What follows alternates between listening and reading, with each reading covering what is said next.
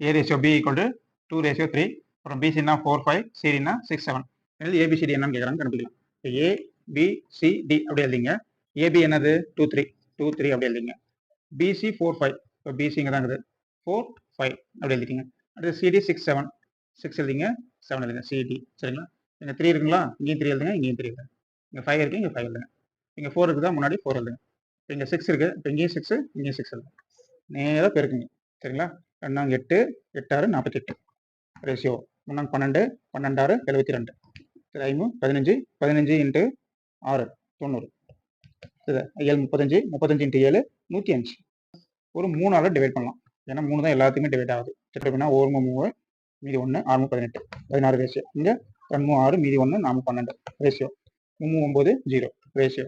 இங்கே 3 9 மீதி 1 5 15 ஓகேங்களா. 16 24 30 15 16 24 30 15 சி ஆன்சர்.